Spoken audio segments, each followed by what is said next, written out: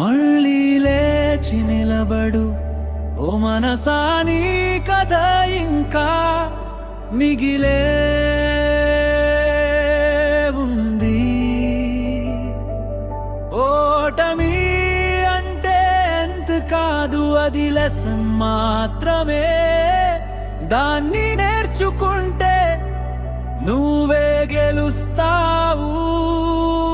నీ గాయాలు నీ శక్తి, నీపై నీ పవర్, అవి నిన్ను స్ట్రాంగ్ చేసి పైకి తీసుకెళ్తాయి. నిన్ను నవ్విన వాళ్ళు నీ సక్సెస్ చూస్తారు. నీ మౌనం మాట్లాడుతుంది నీ విజయంతో.